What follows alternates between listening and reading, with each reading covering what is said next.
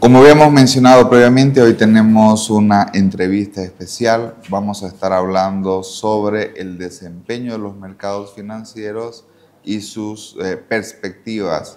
Para ello, tenemos como invitado especial al profesor Onésimo Rivera, quien ya nos ha acompañado en anteriores ocasiones. El profesor Onésimo es profesor de la Universidad Autónoma Gabriel René Moreno, de la Facultad de Ciencias Económicas y Empresariales, a quien le damos nuevamente una cordial bienvenida y lo saludamos muy atentamente. Gracias, querido profesor.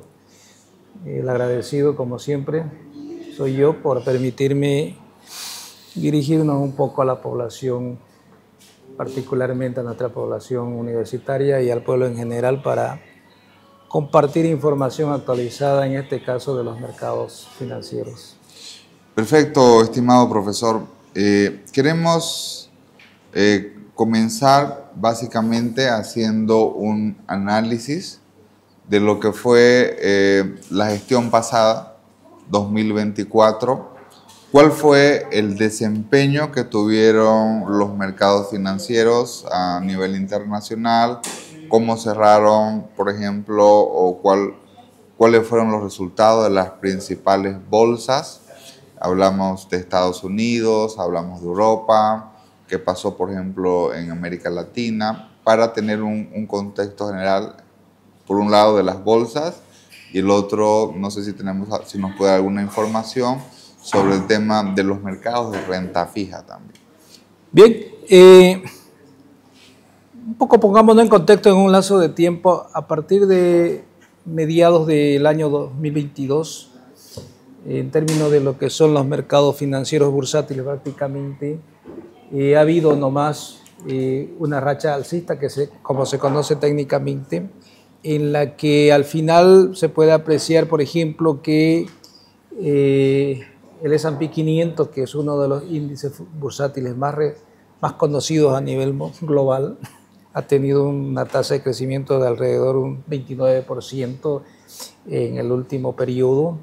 Lo propio ha sucedido con otros indicadores como es el Nasdaq, como es el Dow Jones. Si nos vamos por el lado de lo que ha sido Europa, por ejemplo, lo mismo ha tenido una tasa de crecimiento, en el caso, por ejemplo, del IBEX, que ha tenido una tasa de crecimiento de cerca de un 21%. Quienes han tenido igual crecimiento, pero en menor proporción con respecto de estos dos continentes anteriores, por ejemplo, ha sido en Asia. En el caso del índice, por ejemplo, el Hansen ha tenido una tasa de crecimiento probable de casi 30%, y en el caso del Nikkei, que es el Nikkei 225, es un índice bursátil muy conocido a nivel de Japón, ha tenido cerca de un 8% de crecimiento, pero en términos globales siguen teniendo tasas de crecimiento los mercados financieros en sus operaciones bursátiles, ¿no? Eso como historia, como data histórica, digamos, ¿no? ¿Qué está sucediendo ahora en el último trimestre? Que es parte de lo que nos interesa en el análisis, yo creo, con la llegada de Donald Trump al poder en su segundo mandato y con estas amenazas de barreras arancelarias, de incrementos de aranceles, ya sea para Canadá, para México, para su competidor número uno, que es China, ha provocado una reacción obviamente bajista en los mercados. Por ejemplo, en el último mes, el S&P 500 ha tenido justamente una tasa de crecimiento de aproximadamente un 10%. 10% es alto, obviamente, para un periodo tan corto como es un mes. Y claro, cuando uno hace un análisis en detalle de por qué ha caído en este caso este índice, se da cuenta de que justamente en el sector tecnológico es donde ha habido la mayor afectación. Estados Unidos tiene, por ejemplo, en la estructura de lo que es el S&P 500, hay 7 grandes compañías que tienen mega capitalización, podemos decir. Esas 7 conocidas como las 7 magníficas, ¿no? Son las que finalmente, como han sufrido también caídas en el precio de sus títulos en el mercado, han jalado, en otras palabras, a que el índice también caiga en un 10%. Por dar un ejemplo, una de ellas, que es Nvidia, que es la principal fabricante de semiconductores, de chip, muy usados para lo que hoy en día estamos muy de moda, también hablando de inteligencia artificial, ¿no? Ha caído como 17%. Apple, lo propio, ha estado cerca de un 10%, ¿no? Entonces, el panorama, por lo menos en el corto plazo, cuando digo corto plazo, en lo que va del semestre, se proyecta todavía que va a tener estas correcciones, vamos a decir, un poco serias del mercado, ¿no? En cuanto a lo que son instrumentos financieros. Perfecto, estimado profesor. En alguna entrevista previa que tuvimos con usted, estuvimos analizando el comportamiento de las tasas de interés y estuvimos analizando también las tasas de interés de política monetaria internacional, la Reserva Federal, en un contexto de inflación, cuando las tasas de interés estaban altas y después la perspectiva era que la Fed iba a comenzar a bajar. En primer lugar, queremos preguntarle cuál es esa perspectiva. ¿Se ha estancado? ¿Continúa la baja? Porque si recordamos, hasta el 2022 todavía estábamos a nivel mundial con un contexto de relativa inflación. ¿Cuál es el contexto de las tasas de interés internacional? Hablamos, por ejemplo, de la Reserva Federal, hablamos del Banco Europeo, y eso, teóricamente, empíricamente, ¿cómo se relacionaría con los bonos? Por ejemplo, sabemos que hay una relación de que si suben las tasas de interés, eso puede impactar en el precio del bono, y con las bolsas. Es una relación interesante que existe en los mercados de renta fija. Usted nos ha mencionado de que renta variable, los principales indicadores a nivel de Estados Unidos, Europa, Asia, tal vez en menor dinamismo, pero han tenido una racha alcista. ¿Cuál es esta relación entre tasas de interés, bonos y las bolsas de valores? Bien, como usted mencionaba, la política monetaria y vamos de nuevo como referencia con lo que ha sucedido en el mercado norteamericano, es decir, la Reserva Federal en su momento tuvo una política monetaria restrictiva, ¿no? Pero ¿por qué lo hacía? Porque su tasa de inflación obviamente era alta. Hoy en día su tasa de inflación, por ejemplo, al cierre del año 2024 ha estado cerca del 2.9%, 3% donde anda en este caso, cuando su tasa objetivo es 2%, digamos, ¿no? Si quiere está casi controlada, digamos, desde el punto de vista macro, pero ¿qué es lo que está sucediendo, por ejemplo, con la autoridad monetaria? Dice, los tipos de interés no lo vamos a recortar como el mercado está esperando, porque todavía ellos consideran de que no pueden relajar su política monetaria. Porque hay otro elemento también importante, es decir, la tasa de empleo, en este caso de Estados Unidos, se mantiene todavía un poco alta. Y si hay obviamente mucho empleo, hay capacidad de compra, hay capacidad de consumo y eso conlleva a incremento también de la tasa de inflación. De ahí de que el presidente de la FED, el señor Powell, dice, en este año podemos proyectar 2 cortes máximos. Y como que no lo ha hecho en la última reunión que hubo de la FOMO, por ejemplo, no lo hizo, digamos, ¿no? Porque lo que ellos están buscando es mantener todavía una política monetaria relativamente restrictiva todavía. Sin embargo, la política, vamos a decir, fiscal que está queriendo utilizar ahora el gobierno de Donald Trump está queriendo presionar más bien a que se relaje la política monetaria, buscando obviamente que los tipos de interés sean recortados. y hay una especie ahí de, vamos a decir, de encuentros o de desencuentro con el presidente de la Reserva, porque el presidente de la Reserva dice, no, esto no lo vamos a hacer. Sin embargo, el presidente de los Estados Unidos dice, yo quiero que se haga. Entonces, pero sí, lo que está claro es que no va a haber, por lo menos, recortes todavía. Es decir, no se va a relajar la política monetaria de Estados Unidos. Eso es lo que hasta ahora se conoce. Perfecto, estimado profesor. Y bueno, hemos visto lo que es el desempeño en los mercados financieros, incluyendo también las tasas de interés. Yéndonos a las perspectivas para el 2025.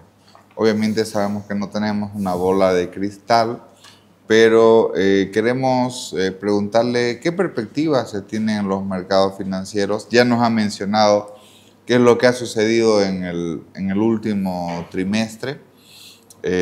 Donald Trump, nuevo gobierno en Estados Unidos, perspectivas de incremento de tarifas, lo mencionó muy bien. Entonces, tasas arancelarias. ¿Cuál es la perspectiva de los mercados para esta gestión 2025? Básicamente lo que se tiene, por ejemplo, en el contexto internacional analizando es hasta dónde va a ser realidad la amenaza, en este caso, de la política arancelaria dura que está queriendo imponer Trump. Obviamente, muchos coinciden que es parte del carácter del gobernante, en este caso, ese carácter fuerte, agresivo, como para justamente encontrar en su, vamos a decir, en China, en Canadá, en México, encontrar en sus pares que traten ellos de ceder en parte, digamos, a lo que quiere Donald Trump. Pero Canadá ya se paró también, digamos, ya puso unas medidas muy restrictivas también como política arancelaria a los productos estadounidenses. Lo propio ha hecho China. Y hay algo interesante con China.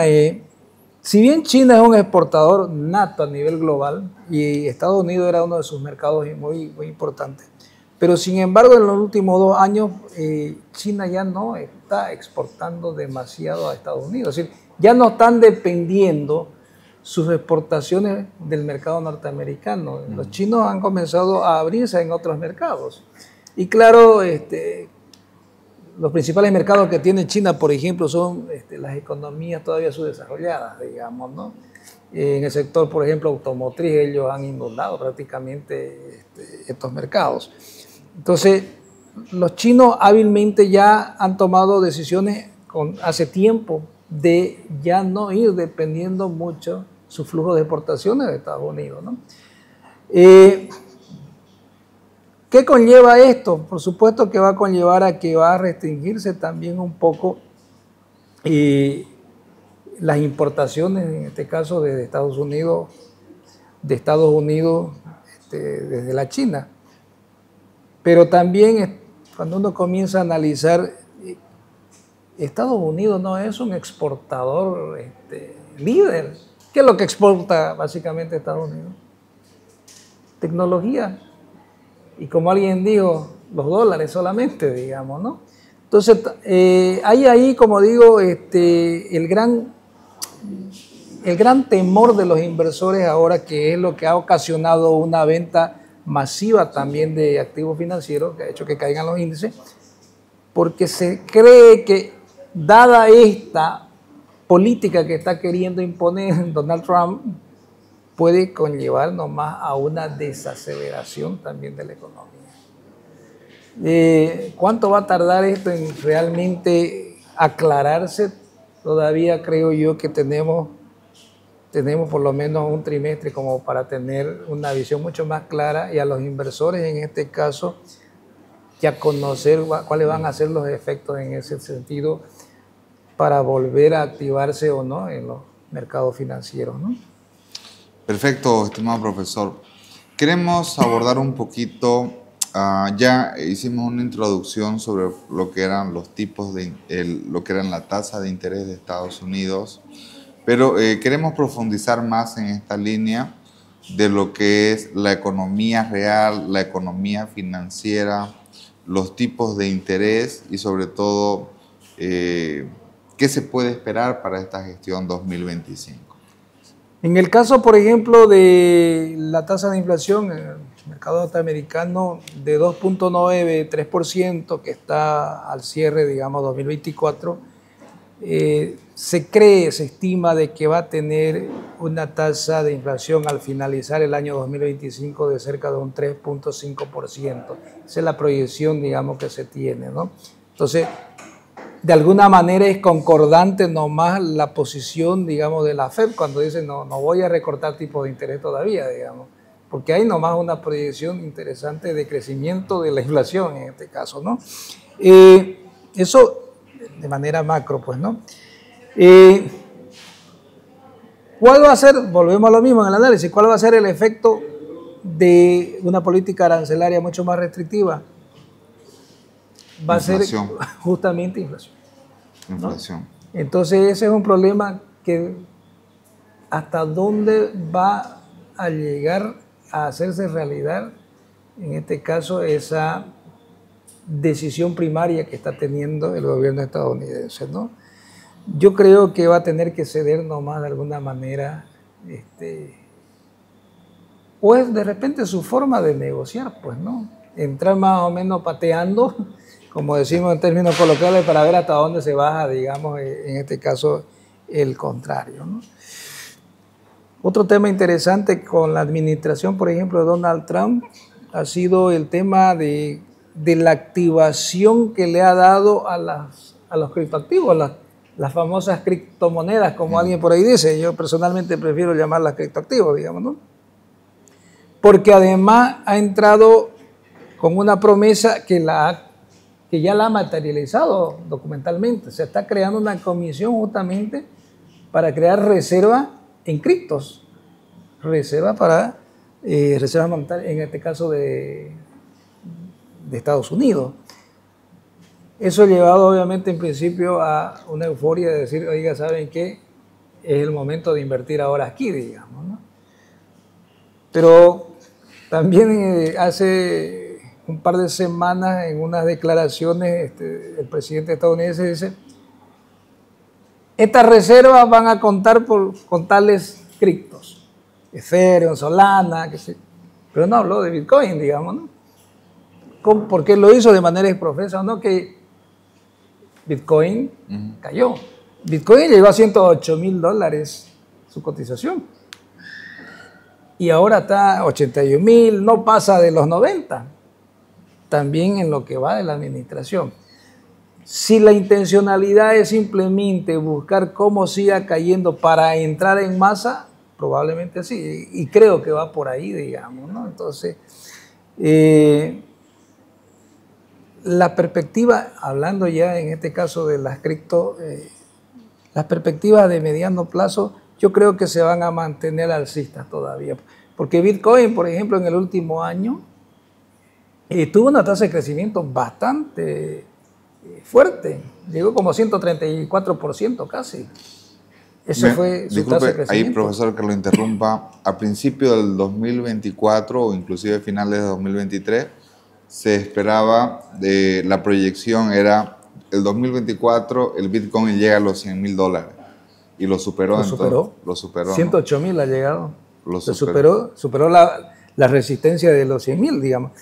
Ahora está más bien peleando en superar la barrera de los 90,000 nuevamente. Es decir, de 108,000 llega ahora a estar cotizando 88,000. Al día de ayer, por ejemplo, tuvo un cierre de 81,220 y algo dólares. Probablemente vuelva a lo mismo. Yo creo que es una estrategia de llegar a que cotice menos para entrar a comprar en masa, digamos, ¿no? Probablemente hay otro tema también que pudo afectar a las criptos en su conjunto, un factor importante que probablemente no se lo ha conocido a nivel general, y es que Ethereum, que es una de las criptos también más conocidas, más cotizadas en los mercados globales, tuvo un problema grave en el que se hackearon 1.400 millones de dólares. Wow. ¿Qué lección se aprende de esto? ¿O cuál fue más o menos el mensaje? Oiga, no son tan seguras estas, aún tengan criptografías y decir toda la encriptación y todo lo que quiera. Alguien entra y puede hacerle daño, digamos, ¿no? Y eso es justamente lo que todavía estamos en el proceso de aprendizaje. En alguna entrevista anterior yo dije, ¿qué es lo que se está negociando realmente cuando hablamos de cripto? Por eso es que yo no comparto el concepto de criptomoneda. Es decir, ¿quién es su emisor para empezar? Como no hay emisores, claro, entonces se vuelve un problema en este caso. Pues no hay quien controle, digamos, ¿no? Recién está la comisión también creada por el gobierno estadounidense. Hay una comisión creada para regular este tipo de activos. Pero no hay todavía una legislación clara sobre ello. Y en el caso, profesor, de los criptoactivos en Bolivia, ¿qué podemos analizar o cómo podemos evaluar su comportamiento? Por ejemplo, hoy en día Binance, el criptoactivo USDT, se ha convertido en una especie de alternativa y dólar referencial del mercado paralelo. ¿Cuál es el comportamiento? Al final es una negociación igual de como cualquier otro activo en el mercado bursátil. Binance, que es la plataforma, es decir, una de las principales plataformas de exchange, que como se conoce, obviamente en ella se puede negociar con USDT. Son más de 22.000 criptos que existen. Una ni las conoce, uno, por ejemplo, ¿no? USDT, que es justamente de una vez salió la cripto del perro, creo, ¿no? Algo así, ¿no? No, eso sí me he escuchado, pero hay más de 20.000. ¿Qué es lo que está sucediendo un poquito en Bolivia? Se dan cuenta los actores en este caso que están negociando con este tipo de activos, dicen, podemos negociar entonces, podemos ser la fuente alternativa a la falta de divisa en el mercado boliviano.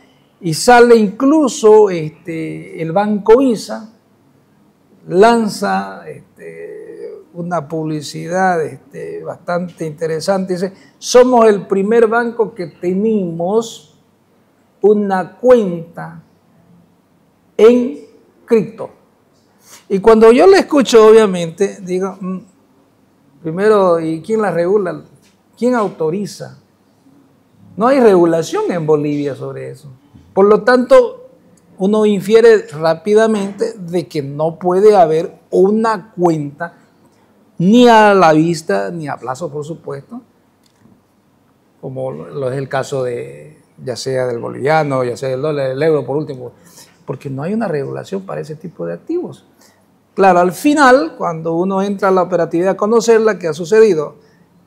El Banco Visa lo único que está actuando es como un intermediador, simplemente decir, ¿sabes qué? Te abro una cuenta de custodia, se llama, cuando ya uno la abre, porque yo la abrí, digamos, para conocer, en la cual compras las criptos, en este caso el USDT, con esa es la única que están operando. ¿Por qué? Porque replica el dólar, como bien decía, ¿no? Replica el dólar, su valor del dólar. Es decir, si yo compro ahora, por decir, un dólar, es casi 0,90 y algo USDT si quieres, ¿no? ¿Y cómo lo pago? En boliviano. Pero ¿y a qué tipo de cambio? Fíjese que ahí se salta justamente con respecto a si yo comprara dólares o comprara euros vía el sistema financiero, tiene que ser al tipo de cambio oficial. En este caso no. En este caso se está transando la compra al tipo de cambio paralelo. Entonces tampoco es negocio, digamos, ¿no? Si prefiero hacerlo nomás directamente yo vía Binance. Y listo, lo puedo hacer, digamos. El banco que usted menciona me va a cobrar una comisión. ¿Qué? Es más caro, le está saliendo más caro, en otras palabras. ¿Cuál es su ventaja, si yo quiero verlo desde el punto de vista de ventaja, para aquel que compró y que pagó más caro que haciéndolo vía una exchange? La ventaja es que le dice, ¿sabe qué? Yo quiero ahora transferir directamente a una cuenta en China, en Japón, en Estados Unidos, en dólares. Y directamente de ahí se debita y se transfiere y se hace una operación de comercio exterior o de giro internacional normal. Lo cual es un poco más complicadito cuando uno está, digamos, comprando vía un exchange. No es nomás, ya, ¿sabe qué? Liquido ahora, cierro mi posición y abónemelo a la cuenta X. No es tan así, digamos. ¿No? Ahí es un poco más complicadito. Perfecto, estimado profesor.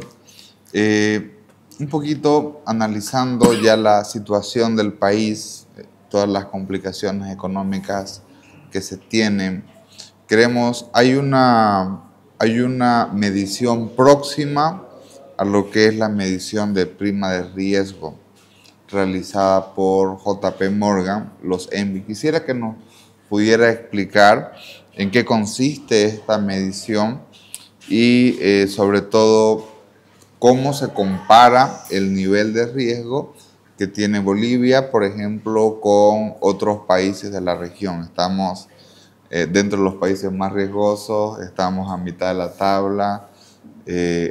¿Cuál es la tendencia en el riesgo dado el contexto actual? ¿Es un riesgo que tiende a incrementarse o está por una parte de manera estacionaria? Interesante, a ver, que justamente implican los puntos ENVIS, ¿no? Este es un indicador, es una métrica que siempre la trabaja, la emite, la publica JP Morgan en este caso, ¿no? Y básicamente los puntos ENVI lo que buscan es informar sobre el riesgo país, en este caso de las economías básicamente subdesarrolladas, ¿no?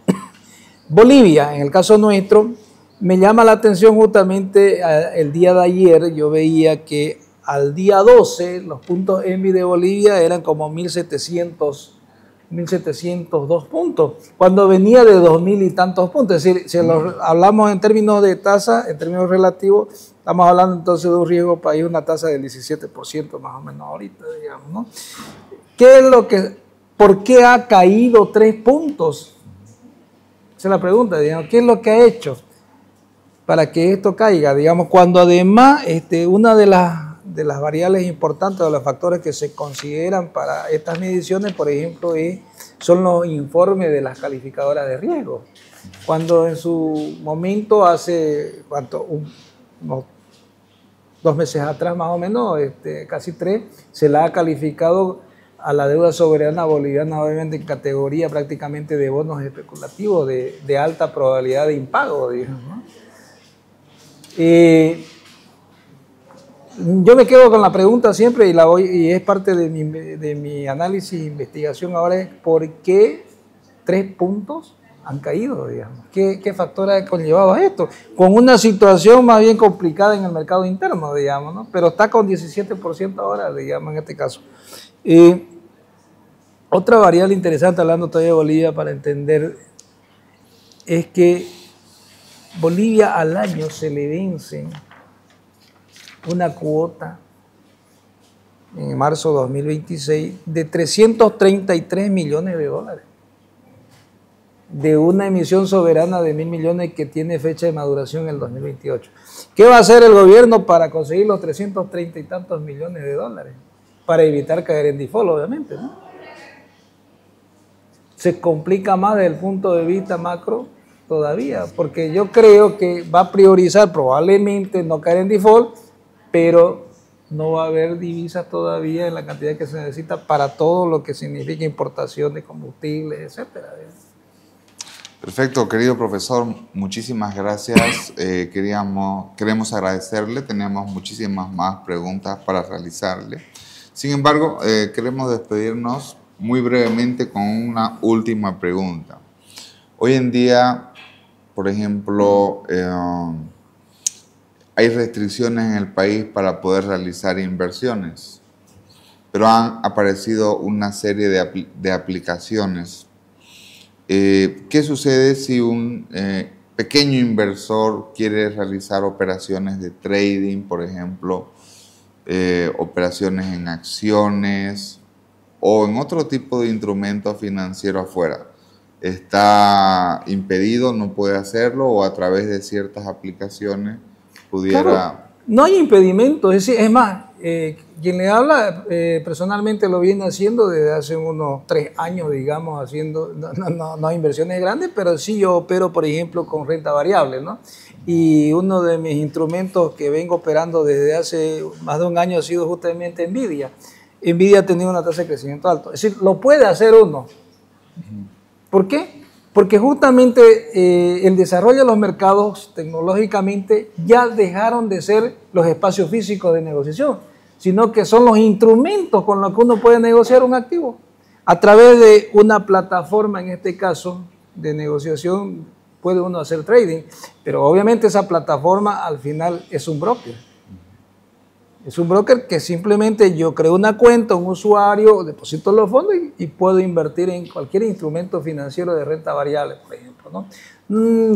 No se negocian, por si acaso, los bonos, los de renta fija en esta. Tienen su propio sistema para hacerlo, digamos, ¿no? Pero lo puede hacer, no hay impedimento. Quiere especular, porque al final todo esto es especulación en los mercados financieros. ¿Para qué nos vamos a...? No le podemos dar eufemismos en este caso. Es especulación, uno busca rentabilizar más, digamos. Lo puede hacer con los famosos criptos, sí. Puede hacerlo con otras plataformas también, digamos. Hay plataformas, ya habló usted de Binance, por ejemplo, sí, se la puede hacer. Muchísimas gracias nuevamente, profesor, y queremos aprovechar la oportunidad para invitarlo en un futuro cercano para hablar, por ejemplo, de inversiones digitales, inversiones que pueden realizar las personas, obviamente, ¿no? No estamos hablando de inversiones a gran escala. Aquí hay que tener una educación financiera, hay que saber cuáles son los tipos de activos financieros en que pueden invertir, conocer tal vez algunos criterios de análisis técnico, de fundamentales, y queremos invitarlo en un futuro cercano para que nos pueda compartir su perspectiva. Con gusto, estimado profesor, con gusto lo haremos. Es un campo que me gusta estar investigando y algo bien claro, usted creo lo ha manifestado. Hay que tener educación financiera, eso es importante, porque no es nomás agarrar y querer dedicarse a hacer trading si no conocen los fundamentos técnicos, pero además conocer eso que se llama también los fundamentales, digamos, ¿no? Porque si no, los resultados no van a ser probablemente los esperados en un momento. Hay que formarse primero, ¿no? Muchísimas gracias. Esta fue nuestra entrevista principal conversando con el profesor Onésimo Rivera sobre desempeños y perspectivas de los mercados financieros. En tal sentido, vamos a ir con nuestros anuncios institucionales y continuamos con más del programa de Economía y Negocios.